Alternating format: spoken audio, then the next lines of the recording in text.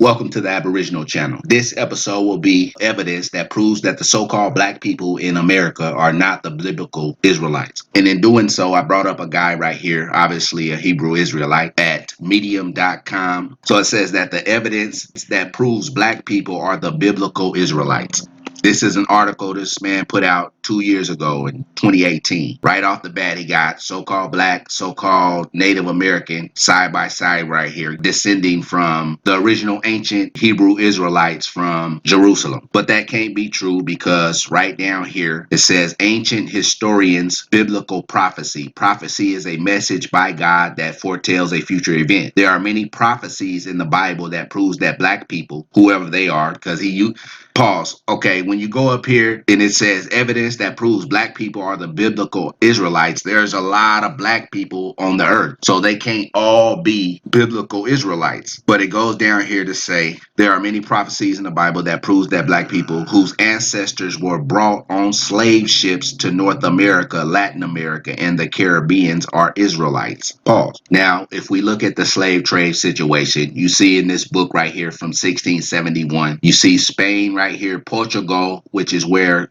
Christopher Columbus left, and he never went across the Atlantic Ocean. He always stayed along the land, because inside of this book right here, it says that on old by inviolable law, made by custom, according to Pliny and Vegetius and others, the sea was locked up from the 11th of October to the 12th of March.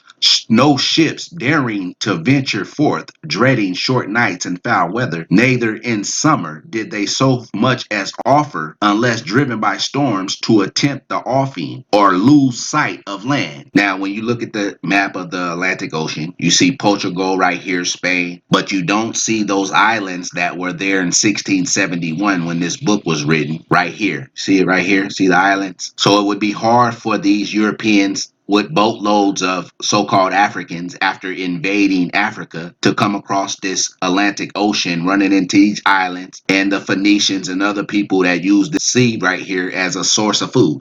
When you look back in this book, right here it says, even though the Europeans had that rule where they didn't lose sight of land, says, yet there is no question but that several nations in former ages made it their business, spending their whole time and worrying themselves in the practical art of navigation. Talking about the Phoenicians and other so-called black people from other areas in that general region. But you notice right here when you look at a current map, those islands aren't on here. So it is my presumption that the Europeans left here, traveled along here, over to Ireland or Iceland, along Greenland, and over here. This is Newfoundland or New Netherland. Was that the first time that Europeans went along the land inside of the Atlantic Ocean and went around to this land right here? No. When you go to Wikipedia, the Spanish Canadian Wikipedia page, on the history, it says people from northwestern Spain, known as Bascos, which, let's see what it says, a common cultural and shared genetic ancestry to the ancient Vascons and Ataquanians.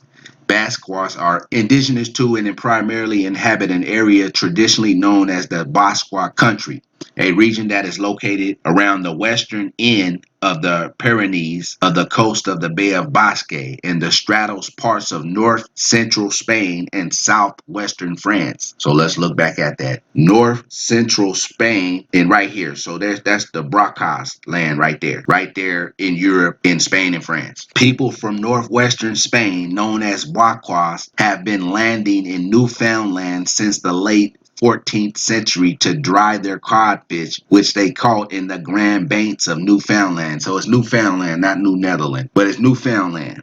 Newfoundland is right here. Newfoundland right there, like an island off of the mainland of Northeast North America. You got Maine, Boston, Montreal, New York, Nova Scotia, all this, and then Newfoundland. So Spaniards or Portuguese have been going to Newfoundland since the late 14th century to dry their codfish. Okay, that's the 1300s. Going back over to the map, once again, in 1671, the islands that were here, so that that would have made a problem for these Europeans to go across this vast ocean, which they had a rule that they didn't, and it was locked up for 6 months. And then when you equate the 6 months of no travel on the Atlantic Ocean and then add up all these so-called black folks, then you see a problem. But really, that's neither here nor there. Bottom line is that these Europeans have always been going across this way right here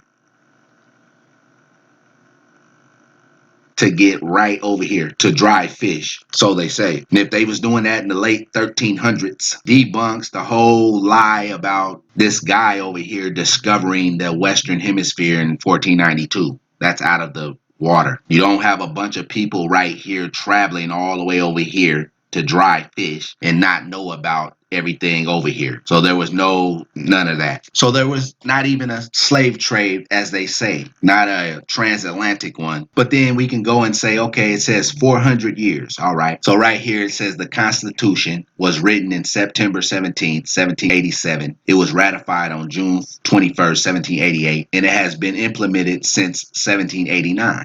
Says we the people of the United States. In 1789, how many states did that refer to? Not that many, but it didn't matter because American Indians are not involved in the people of the United States.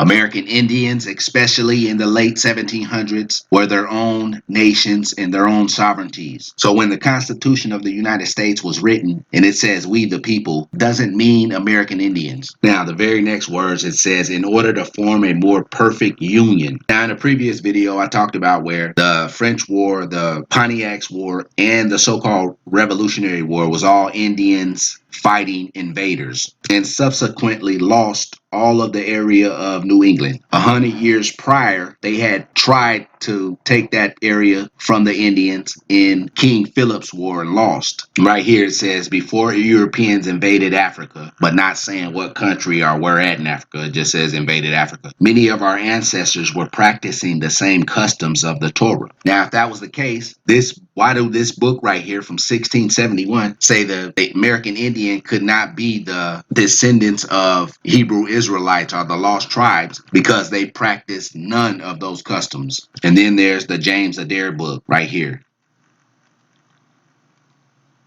The History of the American Indians. Right here in small print, a description of the Floridas and the Mississippi lands with their productions, the benefits of colonizing Georgiana and civilizing the Indians, and the way to make all the colonies more valuable to the mother country. Now, remember this said in order to form a more perfect union. What does the flag of those Europeans look like? Basically, this right here, it's called the Union Jack or Union flag. And this is in the Constitution after the so-called Europeans took independence from the so-called mother country. But right here, they said in order to form a more perfect union, you're going to call yourself the same exact thing that you just detached yourself from? No. In that previous video, I connected James Adair back to James Oglethorpe, who had a major role in colonizing Indians in the state of Georgia. And the small print right here that I just read in this James Adair book from 1775 proved that exact thing. And in this book, he wanted so-called black people to believe that they hail from the descendants of the lost tribes of Israel so that they can claim land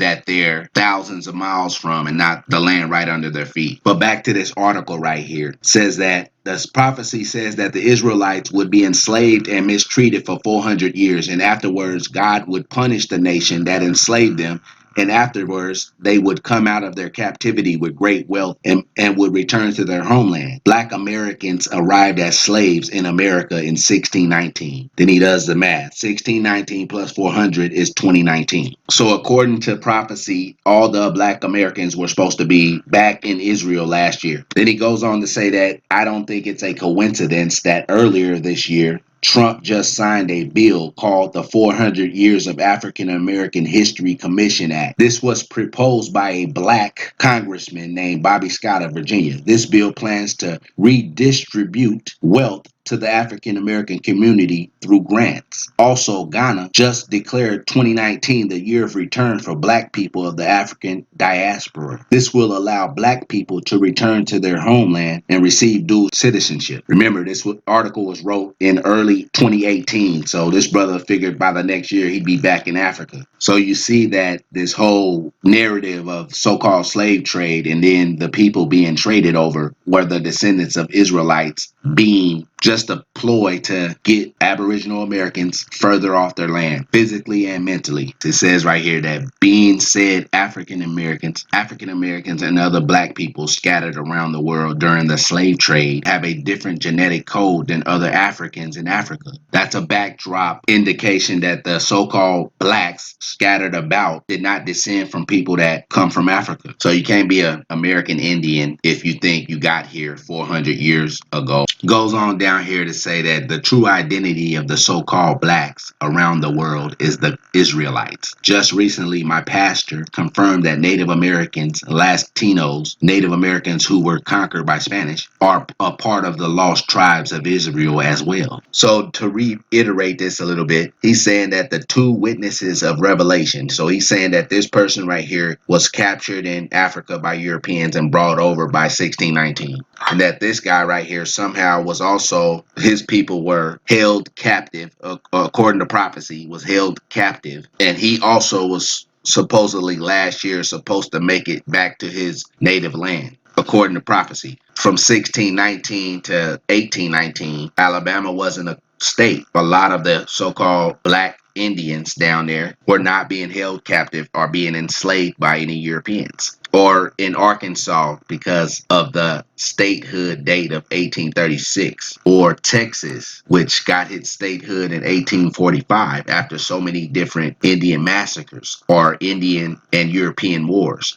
I had people leave Mississippi in the 1830s, Illinois in the 1840s, and Alabama in the 1860s. And they weren't nobody's slave. So 400 years is debunked on all levels. But let's go back over here to this ocean. So up here is the still waters, where the water, like the Titanic route. So it's pretty easy for them to go across here and along the sea coast. And one other thing is the fact that the first European colonies in these areas was French and Spanish, which was the Baraquas, which is in France and Spain, were going over here to Newfoundland in the late 1300s. So I gotta lastly point out a couple of interesting occurrences on the Black Hebrew Israelite Wikipedia page. When you go down to the history, it says the origins of the Black Hebrew Israelite movement are found in Frank Cherry and William Saunders Crowdy, who both claimed that they had revelations in which they believed that God told them that African Americans are descendants of the Hebrews in the Christian Bible. Cherry established the Church of the Living God, the pillar of the ground of truth for all nations, in 1886. Now, what was going on in 1886? A General Allotment Act of 1887, which it was passed in February, so you know they were working on it in 1886 when opened those churches, calling themselves basically prophets of God. But the Dawes Rolls was basically giving allotments of land to people claiming to be Native American. So while your religion was being established here in America, the religion that basically told American Blacks that they were from Africa, white folks passed a law to give your land away to other white folks and your identity. But for one more time, let me sway this towards the direction of Freemasonry and colonialism. So right here we have a guy named TUDOR Parfit. Says that he is a British historian, writer, broadcaster, traveler, and adventurer. He specializes in the study of Jewish communities around the world, particularly in Africa, Asia, and the Americas. Some of these communities have been recognized only since the late 20th century as having ancient Jewish origins. So basically, this guy in the 1980s, which is called the Emeritus Professor of Modern Jewish Studies in the University of London at the School of Oriental and African Studies, says that he took up a lectureship in modern Hebrew at School of Oriental and African Studies. Says throughout the 1980s, Parfit undertook covert lecture tours to Jewish Refusnik groups in the Soviet Union and Czechoslovakia, which says that the Refusnik was an unofficial term for individuals, typically but not exclusively Soviet Jews, who were denied permission to immigrate primarily to Israel by the authorities of the Soviet Union and other countries of the Eastern Bloc. So basically, this guy right here, Tudor Parfit, was not just doing lectures. He was doing covert lecture tours where he was trying to convince people that they were of the lost tribes and wanting them to go back to Israel. Right here it says in 1985, he spent several months visiting the various Jewish communities of Asia, including Thailand, Hong Kong, Singapore, and Japan. In Japan, he interested the emperor's brother, Prince Mukasa, in the Jewish communities of the East. In 1987, he was asked by the Jewish community of Singapore to write an official history of the island's Jews. That same year, he visited Syria to write about the situation of its Jewish community for the Minority Reports group. He was arrested by the Syrian secret police, the Mahabara, during his trip. He describes this event in his first travel book, The 13th Gate. In the early 1990s, Parfit conducted fieldwork in Yemen, researching its ancient Jewish community, and wrote a book on the subject, The Road to Redemption. He said that the Yemenite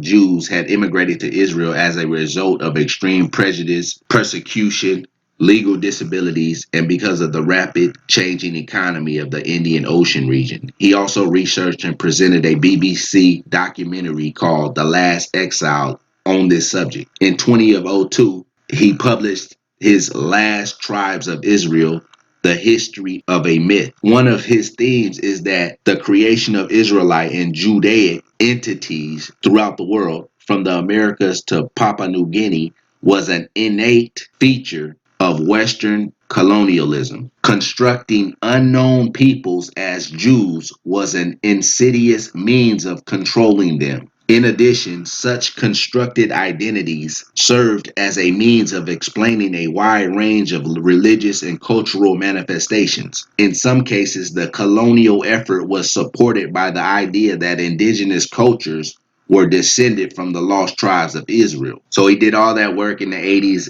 and the 90s, spreading the lost tribes of Israel doctrine and taking people back to the area of Israel. And then in 2002, when he was around 60 years old, he put the book out saying that it's the history of a myth. And to correlate that in a different wordage, right here in the book on page 91, the book Freemasons, World Order, and Mind Wars, Memphis Mausoleum Masonry, says that to provide fuel for the aforementioned British Israel mythology, Albert Edward, Prince of Wales, who was the Grand Master, that means he was a Mason, of the UGLE from 1874 until 1901, visited Jerusalem in 1862 and in 1865. The Palestine Exploration Fund was funded under the royal patronage of Queen Victoria. In the 1870s, several British soldiers, archaeologists, were dispatched to the Holy Land in order to dig up supposed religion relics that might help the promotion of British Israelism.